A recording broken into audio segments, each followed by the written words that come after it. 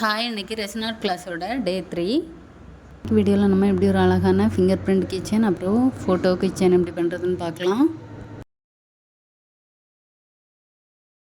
அதுக்கு ஃபஸ்ட்டு ஒரு A4 sheet பேப்பரில் உங்களோட ஃபிங்கர் பிரிண்ட்டையும் உங்கள் பார்ட்னரோட ஃபிங்கர் பிரிண்ட்டையும் வச்சு பதிச்சு எடுத்து, இது என்னோடய ஃபிங்கர் பிரிண்ட், இது பிங்க் கலர், அவங்களோடது ப்ளூ கலரில் கொடுத்துருக்கேன்.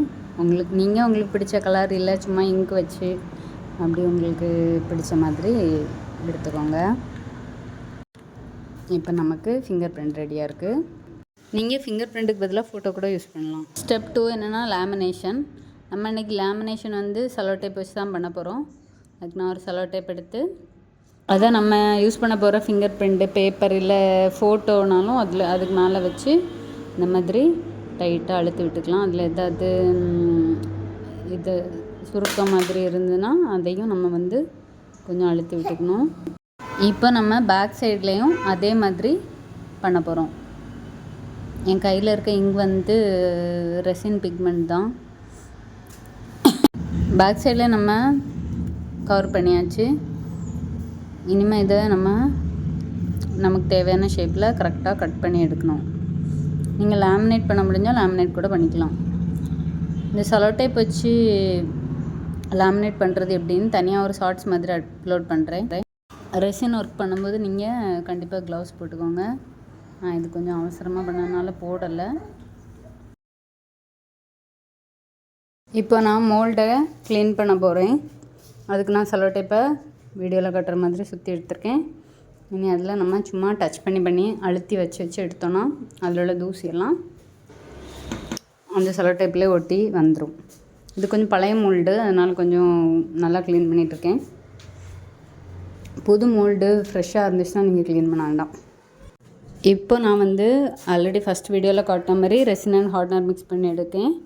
இதுக்கு நான் கம்மியாக தான் ரெசின் அண்ட் ஹார்ட்னர் எடுப்பேன். ஏன்னா பேஸ் மட்டும் தானே ஊற்ற போகிறோம். அதனால 6 கிராம் ரெசினும் 3 கிராம் ஹார்ட்னரும் தான் எடுக்க போகிறேன். 2 கீ செயின் பண்ண போகிறதுனால. நீங்கள் ஒரு கீ செயின்னா 4 கிராம் ரெசினும் 2 கிராம் ஹார்ட்னரும் எடுத்தாலும் போதும். ரெசின் அண்ட் ஹார்ட்னர் எப்படி மிக்ஸ் பண்ணோம் நம்ம ஃபஸ்ட் வீடியோவிலே பார்த்தாச்சு. அதனால் நான் இப்போ கொஞ்சம் ஸ்பீடாகவே காட்டுறேன். இப்போ ரெசின் அண்ட் ஹார்ட்னர் மிக்ஸ் பண்ணியாச்சு. அதை நல்லா ஐஸ் ஸ்டிக்ஸ் வச்சு மிக்ஸ் பண்ணி விடலாம். நல்லா ஒரு 5 மினிட்ஸ்க்கு மிக்ஸ் பண்ணலாம். நான் கொஞ்சம் இதில் ஸ்பீடாக காட்டியிருக்கேன். நீங்கள் மெதுவாக பொறுமையாக மிக்ஸ் பண்ணிக்கலாம்.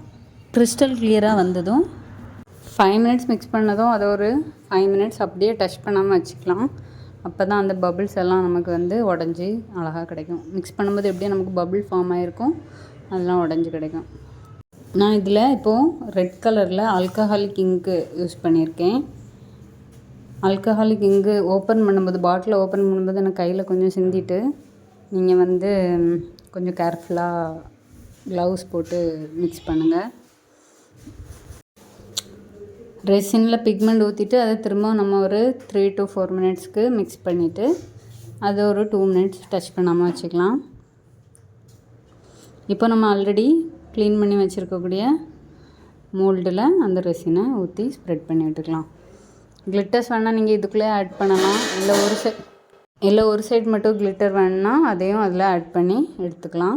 உங்களுக்கு பிடிச்ச மாதிரி டிசைன் பண்ணிக்கோங்க. நான் அந்த ஹார்ட்டில் வந்து ஒரு சைடு மட்டும் கிளிட்டர் ஆட் பண்ண போகிறேன். இப்போது 8 hours ஆகிருக்கு. நல்லா அழகாக காஞ்சிருக்கு ரெசின். இதில் நம்ம ஃபோட்டோ வைக்க போகிறோம். ஃபோட்டோ ஃபிங்கர் பிரிண்ட்டு உங்களுக்கு ஃபோட்டோ இருந்துச்சுன்னா நீங்கள் ஃபோட்டோ வச்சுக்கலாம். டபுள் சைடு டேப் ஒன்றும் இல்லை, ஃபெவிக்விக் கூட யூஸ் பண்ணிக்கலாம். நான் டபுள் சைடு டேப் எடுத்து கட் பண்ணி அதை ஃபோட்டோவோட பின்னாடி ஒட்டி அதை அதில் அந்த பேஸில் வந்து நம்ம ஒட்டி வைக்க போகிறோம். இது எதுக்குன்னா நம்ம டைரெக்டாக வச்சோன்னா அடுத்த ரெசின் ஊற்றும்போது அது மிதந்துடும். அதனால தான் ஃபோட்டோ. அப்படி ஒரு வேளை இல்லை அப்படின்னா நீங்கள் வந்து ரெசின் பாதி காஞ்சதுமே ஃபோட்டோவை அதில் ஒட்டி வச்சிடணும். அப்படின்னா அது நெக்ஸ்ட் டே பார்க்கும்போது நல்லா அந்த பேஸ் கூடயே ஒட்டியிருக்கும்.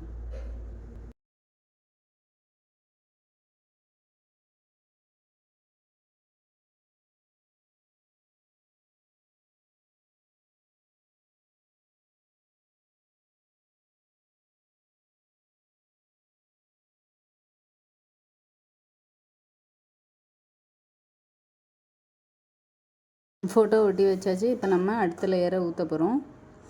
இப்போ பபிள்ஸ் எல்லாம் அதில் இருக்குது, பார்த்தாலே உங்களுக்கு தெரியும். அதில் வந்து நம்ம பபிள் பஸ்டர் ஸ்ப்ரே அடிக்கும்போது அந்த பபிள்ஸ் எல்லாம் போயிடும்.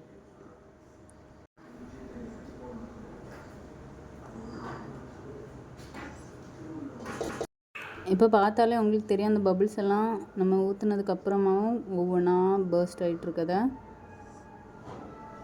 இப்போ நம்ம ஃபிங்கர் பிரிண்ட் வச்சுருக்கக்கூடிய கிச்சன் அந்த ஃபஸ்ட் லேயர் ஊற்றிருக்கிறதுக்கு மேலே செகண்ட் லேயர் ஊற்றிட்டுருக்கோம்.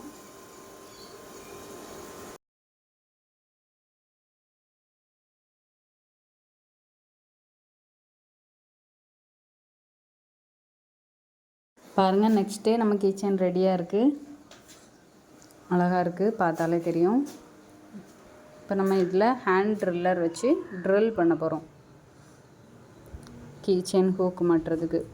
ஒருவேளை உங்களுக்கு அந்த கீச்செயினில் கொஞ்சம் பள்ளமாக ஏதாவது இருக்க மாதிரி இருந்ததுன்னா நீங்கள் 3rd லேயர் அப்ளை பண்ணணும். அதுக்கு நான் ஃபஸ்ட்டு வீடியோலேயே கடைசியில் 3rd லேயர் அப்ளை பண்ணுறதை பற்றி போட்டிருந்தேன். இனி இதில் நமக்கு தேவையான இடத்துல ட்ரில் பண்ணிவிட்டு அதில் ஹூக் மாட்டி காட்டுறேன். ஹூக் மாட்டியாச்சு. பாருங்கள், நமக்கு அழகான கிச்சன் ரெடியாக இருக்குது. வேலண்டைன்ஸ் டே கிஃப்ட் பண்ணுறதுக்கு இந்த மாதிரி ட்ரை பண்ணணும். இதே மாதிரி நம்ம ஃபோட்டோ வச்சுருந்த கிச்சனை எடுத்து ரெடி பண்ணியாச்சு. நம்மளோட அழகான ஃபோட்டோ கிச்சன்ஸ் ரெடியாக இருக்குது. இந்த வீடியோவில் உங்களுக்கு ஏதாவது டவுட் இருந்துன்னா ஸ்க்ரீனில் தெரிகிற நம்பருக்கு வாட்ஸ்அப் பண்ணுங்கள். Bye bye. வீடியோ பிடிச்சிருந்தா லைக் பண்ணுங்கள், ஷேர் பண்ணுங்கள், சப்ஸ்கிரைப் பண்ணுங்கள். நெக்ஸ்ட் வீடியோவில் பார்க்கலாம்.